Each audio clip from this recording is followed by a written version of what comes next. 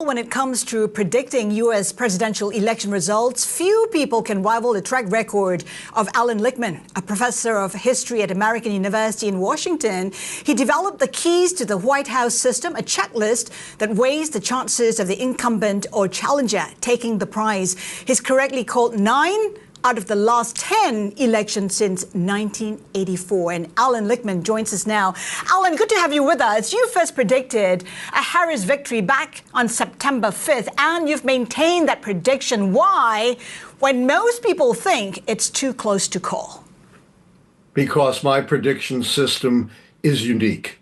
It rejects the pundits. They're buddies of mine, but they have no scientific basis for their prognostications. They have no track record of advanced prediction. And by the way, don't give any credence to anyone who claims they can predict elections without an extensive track record. My model has been essentially right, and I can argue it was even right in 2000, the one people think got wrong, because I proved in my report to the U.S. Commission on Civil Rights that Florida messed up, that Al Gore should have won Florida going away, but for the rejection of black ballots. But historians will be debating 2000 forever. But essentially, I've been right since I predicted Ronald Reagan's re-election in April 1982. Shut up, man. Shut up.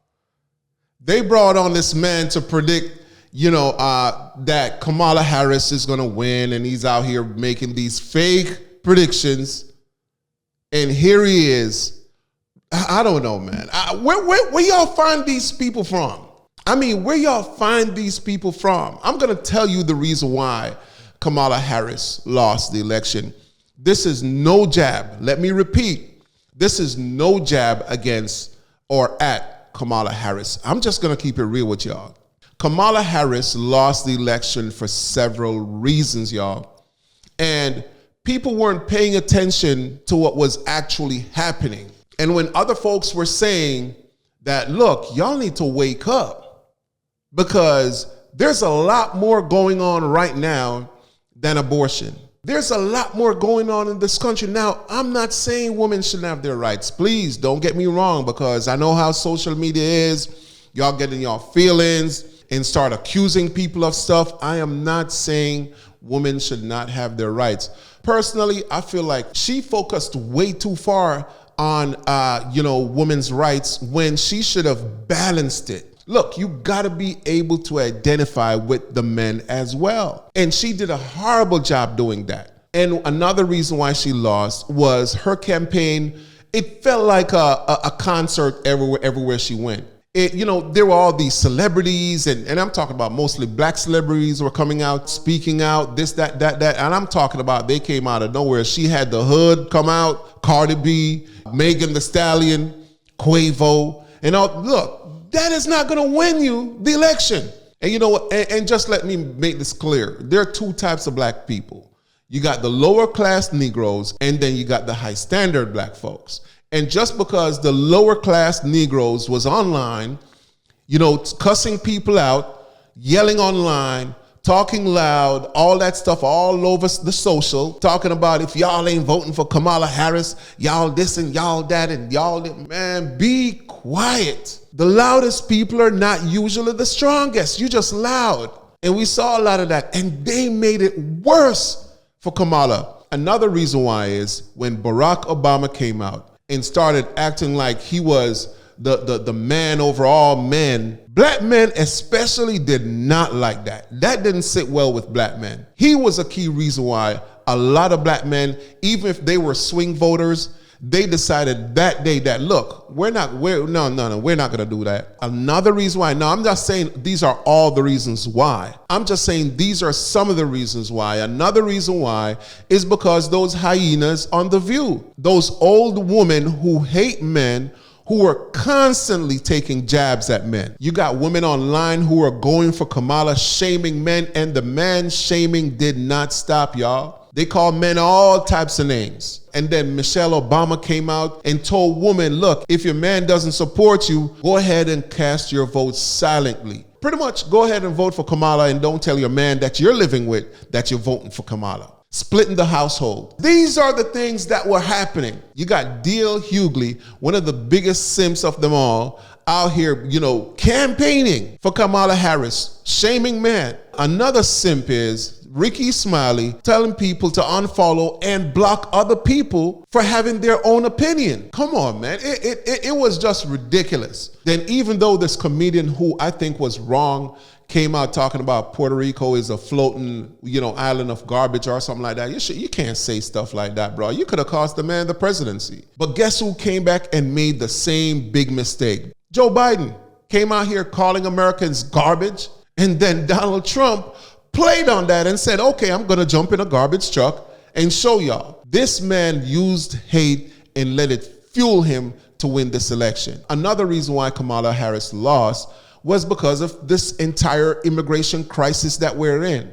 When Donald Trump came out years ago and said, we need to build this wall, a lot of people were calling him racist. They call him this, they call him all types of names.